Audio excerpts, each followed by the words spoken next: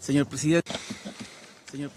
President, one of the countries sitting at this table has publicly stated that it wants to annex our country. On the 16th of December, its president demanded that we immediately hand over our land, our oil, and our minerals because they supposedly belong to them. He said that if we did not comply with his ultimatum, he would unleash the fury of the greatest navy in history on our country. Mr. President, we are in the presence of a power that acts outside of international law, demanding that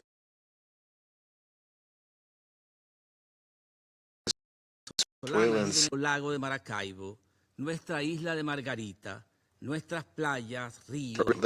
Lake Maracaibo, our Margarita Island, our beaches, rivers, plains, and mountains. Otherwise, he will carry out an armed attack, which he has been announcing for weeks. This is the greatest extortion known in our history, a gigantic crime of aggression in progress, beyond all rational parameters, all legal logic, all historical precedent. But it's not just about Venezuela. The ambition is continental. The U.S. government has expressed this in its national security strategy, which states that the future of the continent belongs to them, with the enactment of the Monroe Doctrine in the 21st century now aggravated by the Trump corollary. Our liberator Simón Bolívar warned of this more than 200 years ago when he said, and I quote, that the United States seemed to be destined by Providence to plague Latin America with misery in the name of liberty. End of quote. We want to alert the world. Venezuela is only the first target of a larger plan.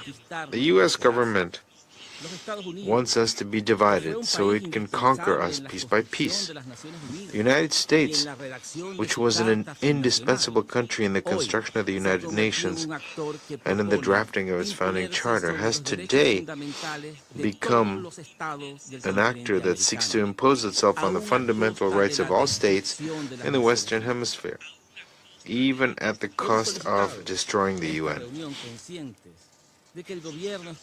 We have requested this meeting, aware that the U.S. government will not allow this body to adopt a decision that would put a stop to its sinister plan. The world should know that last November, the U.S. government was the only one that prevented an agreement in the Security Council to condemn attacks against civilians on the high seas and to call for détente, dialogue, and diplomacy. The U.S. government is preventing the Security Council from fulfilling its mandate. If in 1945 that country was a force for good, today it has become a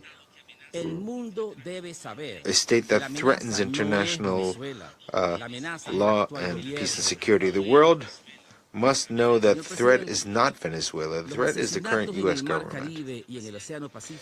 Mr. President, the murders in the Caribbean Sea and the Pacific Ocean carried out by the U.S. government of the last few months are the first evidence of its plan to impose its power in the region in flagrant violation of international law and human rights.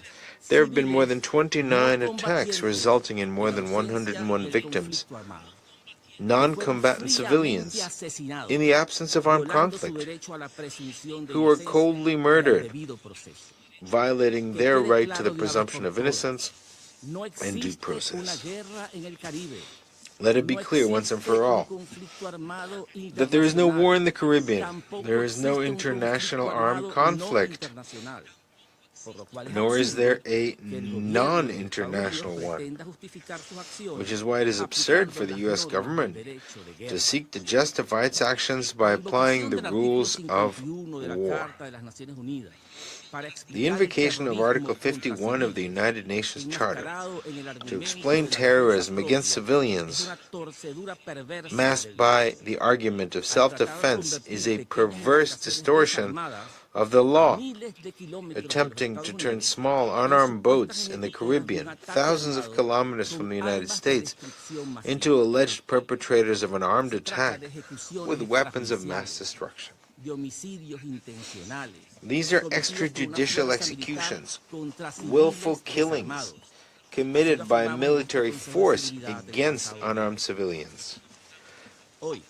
We stated that before the Security Council on the 10th of October.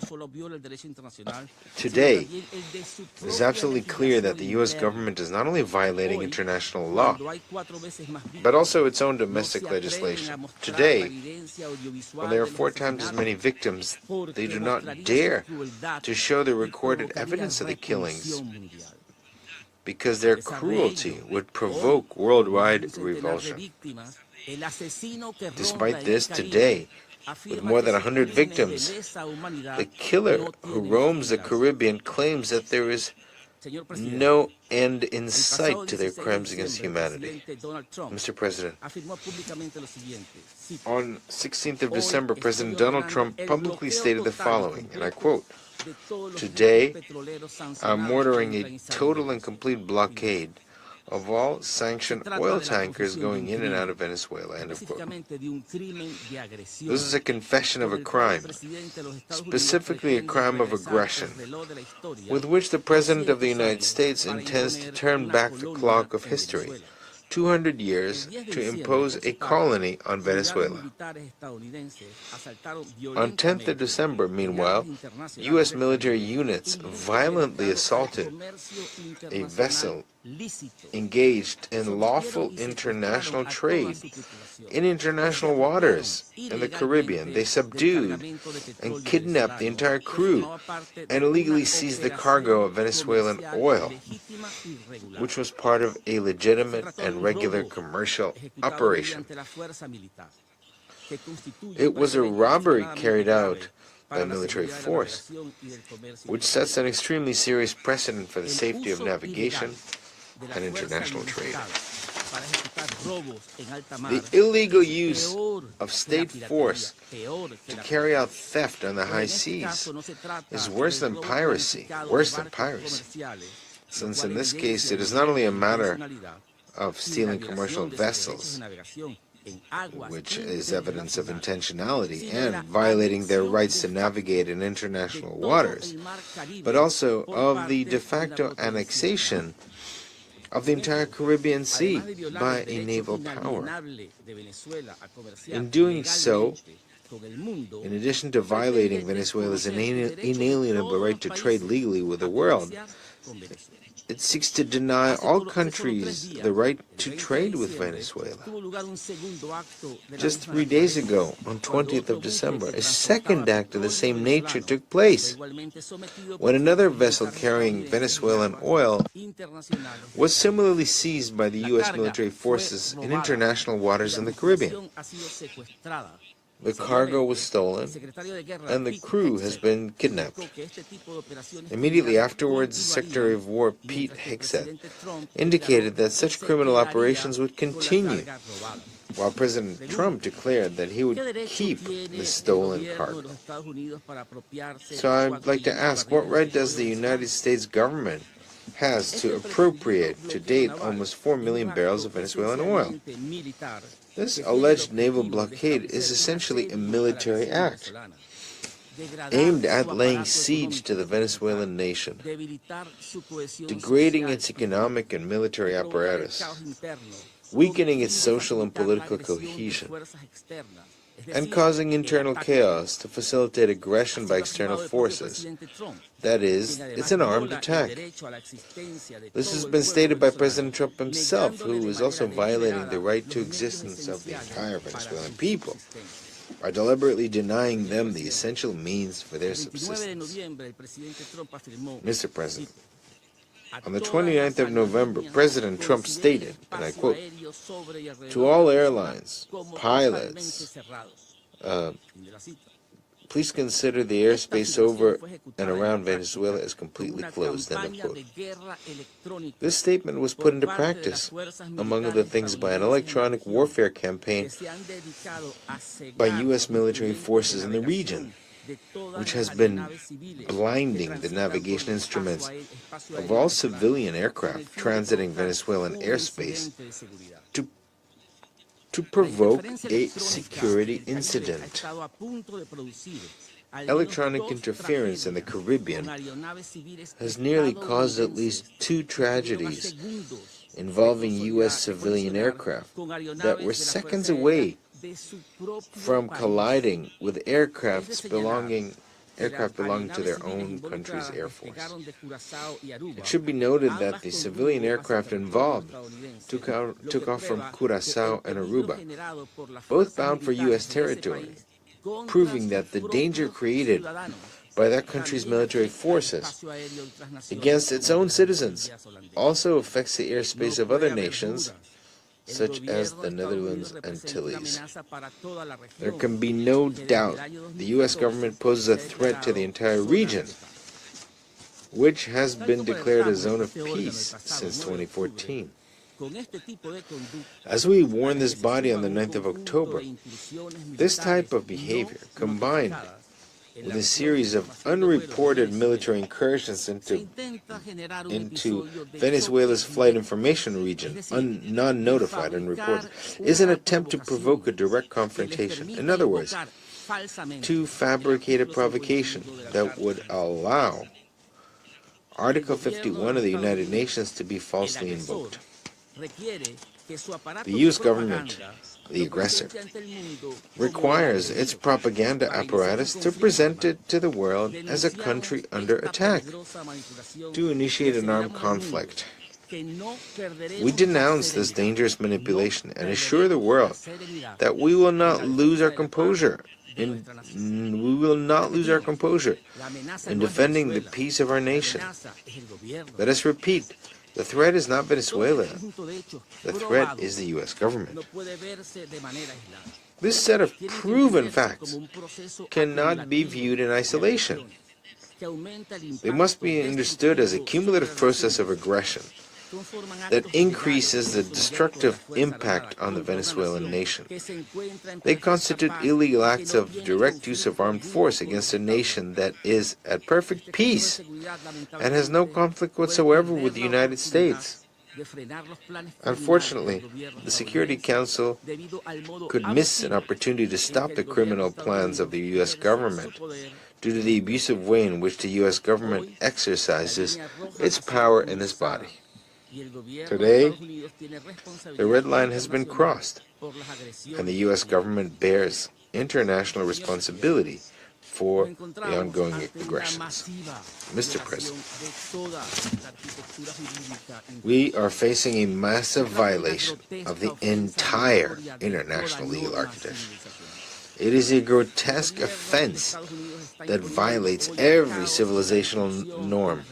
Today, the U.S. government is imposing chaos and destruction on international relations, just as the evil actors who caused the Second World War did.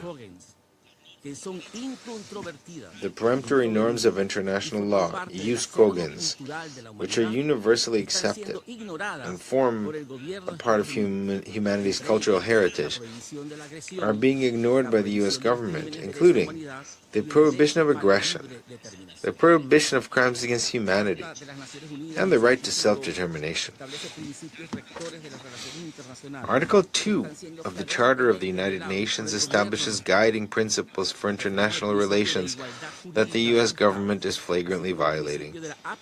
We refer to the principle of legal equality of states, as well as the principle of refraining from the use of, or the threat of the use of force against the territorial integrity and political independence of states. The Universal Declaration of Human Rights establishes that every individual has the right to liberty and security of a person. Similarly, the International Covenant on Civil and Political Rights, to which the United States is a party, establishes life as an inherent right of every person, which no one may be arbitrarily deprived of. This central instrument also prohibits the deprivation of the means of subsistence of entire peoples.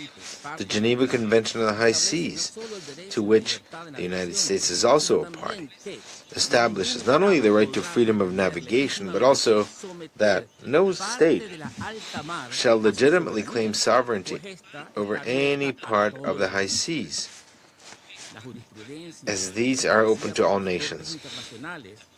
The jurisprudence established by international courts confirms in turn that the principles of non-intervention in the internal affairs of states, refraining from the use or the threat of force, and respect for sovereignty are part of customary international law as reflected in judgments dating from 1986 to the present. General Assembly 1803 on the permanent sovereignty over natural resources establishes that the violation of such rights is contrary to the spirit and principles enshrined in the UN Charter. General Assembly Resolution 2625 establishes that a war of aggression constitutes a crime against peace, that it entails responsibility, and that another state shall not acquire the territory of a state as a result of the threat or use of force. General Assembly 3314 states that whether or not there is a declaration of war, the blockade of the ports or coasts of a state by the armed forces of another state constitutes an act of aggression. Despite having legally binding obligations under all these instruments and resolutions, the U.S. government openly violates them with total impunity.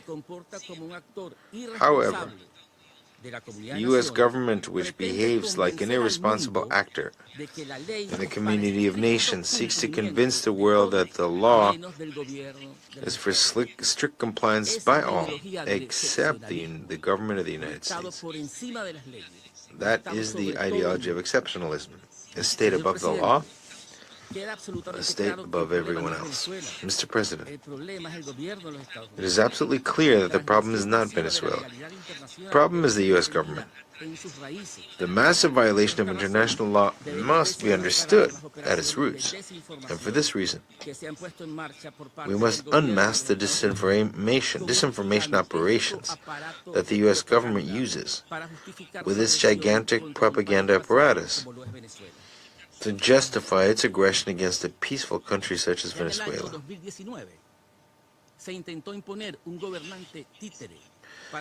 Back in 2019, an attempt was made to impose a puppet entity to replace the legitimate government of Venezuela, and clandestine operations were carried out to sabotage critical services.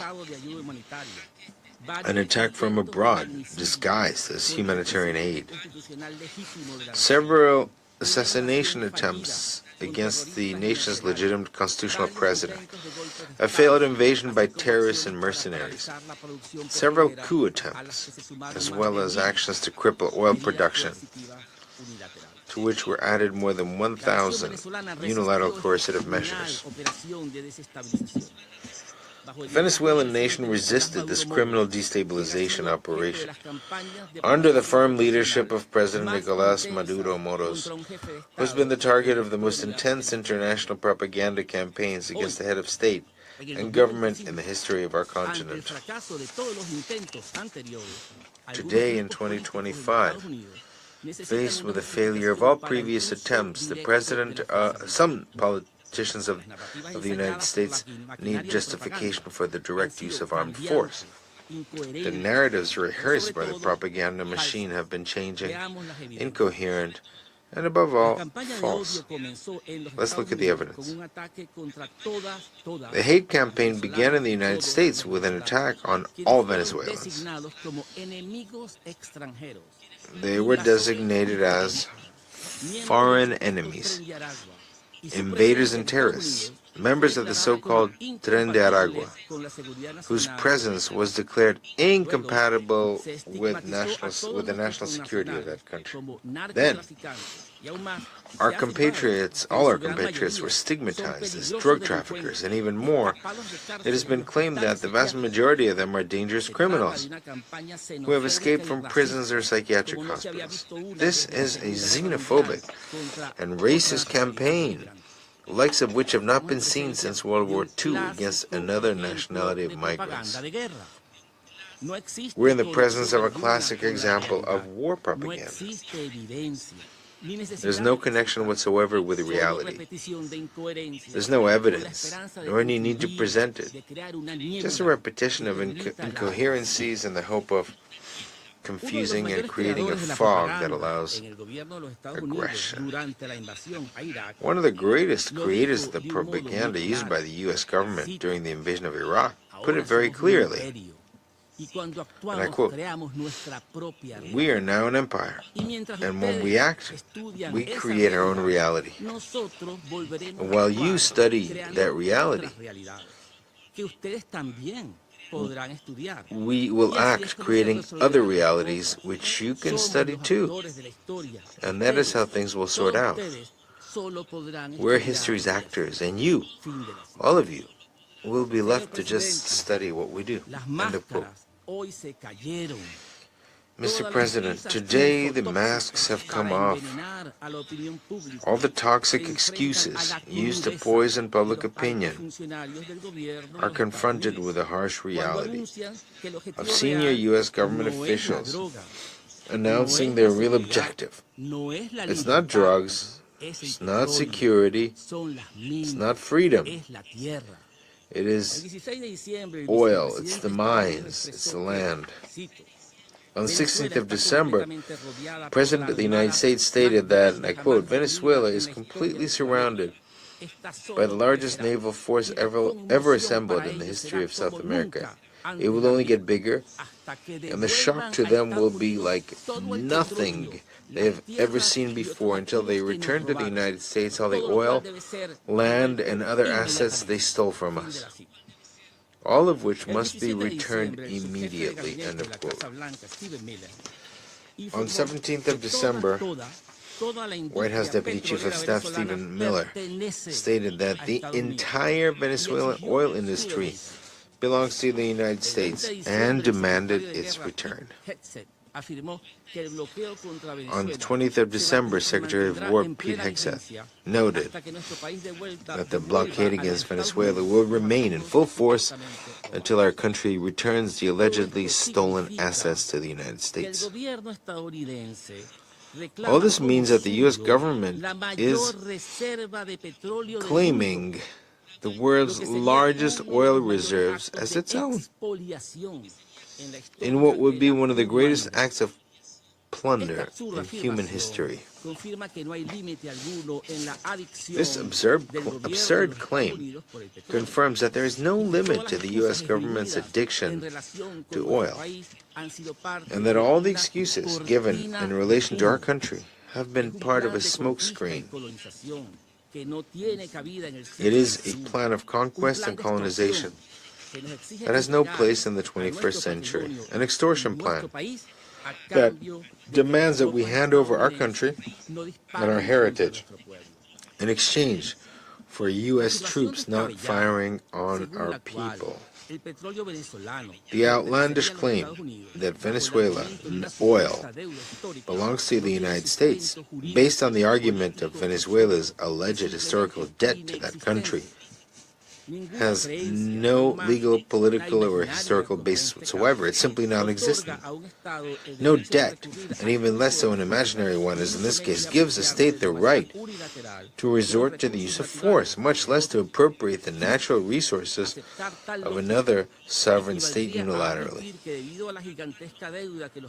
To accept such logic would be tantamount to admitting that by virtue of the enormous debt that the United States itself owes to countries such as China, Japan, and the United Kingdom, it could legitimately justify the attack, absolute blockade, or confiscation of U.S. assets and resources, which is clearly absurd and contrary to any legal order.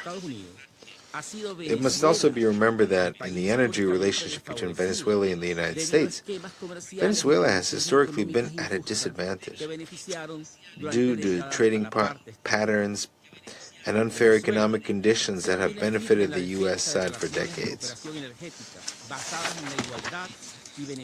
Venezuela remains firm in its defense of energy cooperation, relations based on equality and mutual benefit, grounded in sovereign equality and respect for both parties. It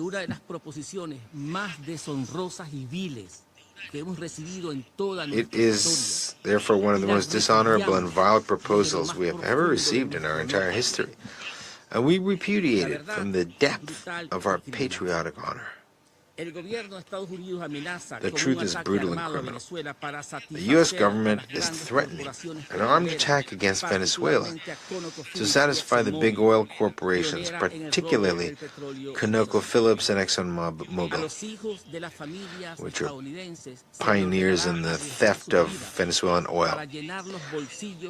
The children of American families will be ordered to risk their lives to line the pockets of oil company shareholders with billions of dollars, while thousands of Venezuelan and American families are destroyed. It is blood for oil. Blood for oil is not a noble proposition. It is unworthy and unacceptable. War for oil is a death sentence, the same one offered to Iraq, Syria, Libya, and so many others. The behavior of the U.S. government confirms the cynical phrase of the propaganda for wars for oil, which states that, and I quote, "It is unfortunate that God has placed the oil of the United States in the territory of other nations." End of quote. It's a war of plunder and pillage, with a flag taken from the pit of human values. We must emphasize that the proposal of the U.S. government, even if it fails, constitutes an attack on the entire system of international relations, and in particular on the global South, whose peoples are considered inferior by the current U.S. government. This Security Council loses its meaning if the U.S. government persists with its devastating proposal. No one is safe. No one. There are no principles to govern our countries and our peoples.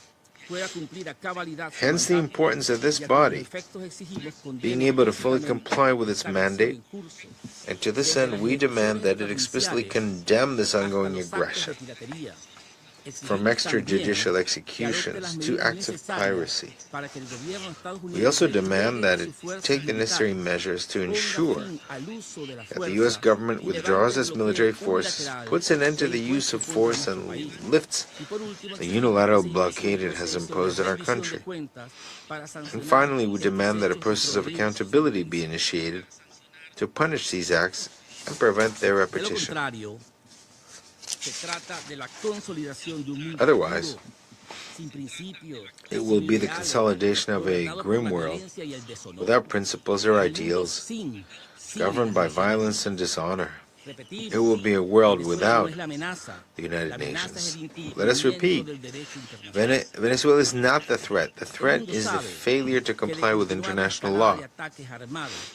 The world knows that if the scale of armed attacks continues, we will exercise with all determination our inalienable right to self-defense in accordance with Article 51 of the United Nations Charter. Fortunately, the future may be different.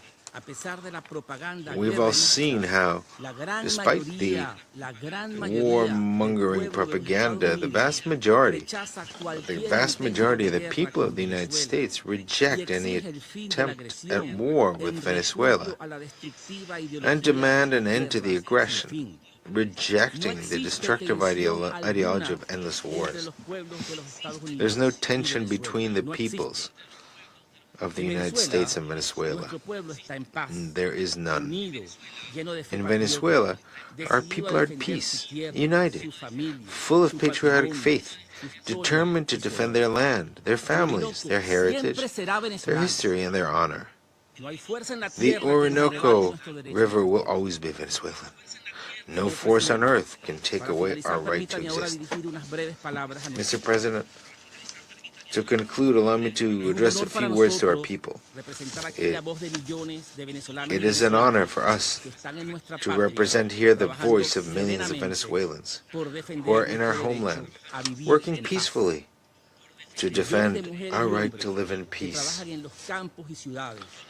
Millions of women and men who work in the fields, in cities, in factories, in schools, in hospitals, and in the Bolivarian National Armed Forces, building a dignified, independent, and sovereign nation. We must all be proud to be living through this momentous time in our history, the moment when we are defending our homeland against a foreign power arrogant enough to believe it can turn us into a colony. The Venezuelan men and women are grateful to life for allowing us to fight for our second independence and show the world what we're made of: optimism, pride, and love for our homeland. The time has come to unite in defense of what is ours. Today, as we joyfully prepare to celebrate Christmas with our families, let us also remember all the efforts of our ancestors who handed down this nation to us to care for our daughters and sons. Today we are responsible for defending our past, our present, and future. Let us defeat the despotism that raises its voice. Glory to the brave people who shook off the yoke. Sisters and brothers, together we will prevail. Merry Christmas to all. I thank you, Mr. President. Thank you, Mr. President. Let me begin by stating and reiterating the United States does not recognize Nicolas Maduro or his cronies as the legitimate government of Venezuela. Nicolas Maduro is a fugitive from American justice and the head of the foreign terrorist organization Cartel de los Soles. In fact, Maduro and his regime stole the election, and the international community has the receipts. President Trump has been very clear that he is going to use the full power of the United States of America, the full might of the United States, to take on and eradicate these drug cartels which have operated with impunity in our hemisphere for far too long, and everyone knows it. The single most serious threat to this hemisphere, our very own neighborhood, and the United States, is from transnational terrorist and criminal groups. These cartels are not like the mafia. These cartels are sophisticated, very technically capable, well-financed, and are wreaking havoc in our region. In its own 2025 World Drug Report, the UN Office on Drugs and Crime identified Venezuela as the key trafficking route in the entire Western Hemisphere for illegal drugs and for illegal narcotics and materials entering the United States and increasingly Europe. The United States will impose and enforce sanctions to the maximum extent to deprive Maduro of the resources he uses to fund Cartel de los Soles, which the United States has designated as a foreign terrorist organization, along with Tren de Aragua. Important to this council meeting today, this includes profits from the sale of oil used to finance these cartels. The reality of the situation is that sanctioned oil tankers operate as the primary economic lifeline for Maduro and his illegitimate regime. The sanctioned tankers also fund the narco-terrorist group Cartel de los Soles. Maduro is responsible for trafficking, using these resources and using these profits into both the United States and Europe. And one has to ask, why have sanctions, either bilaterally, unilaterally, or backed by the international community, if they're not enforced?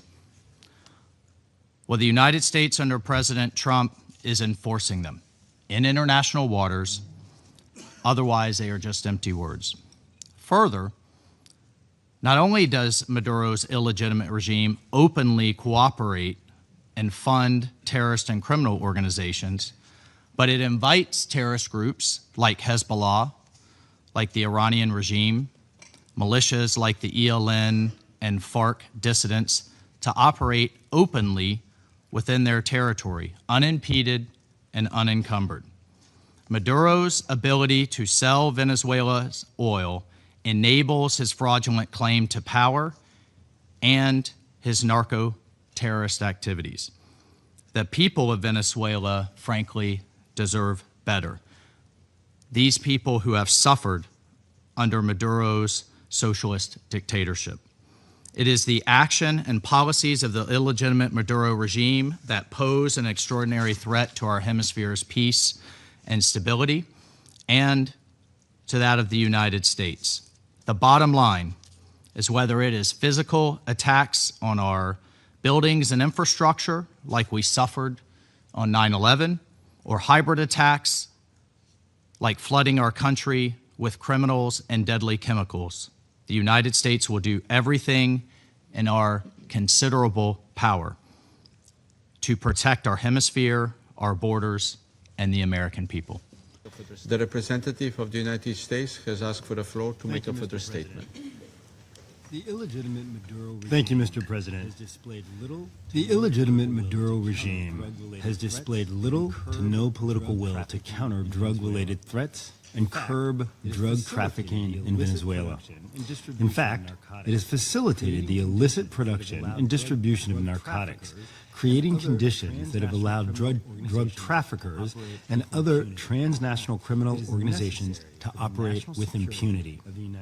It is necessary for the national security of the United States to act aggressively against these narco traffickers, as traditional drug interdiction methods have proven ineffective at stopping the flow. The United States will continue to take decisive actions to weaken the illegitimate regime and deny Maduro and his cronies access to illicit revenues. This includes profits from the sale of oil. As Secretary Rubio said just last week, the goal here is to bring security and stability to the hemisphere, to the region we live in, which has not received enough attention. To bring the elements of American power to achieve that, to do it in partnership with as many countries as are willing to work with us in that regard. That's the goal.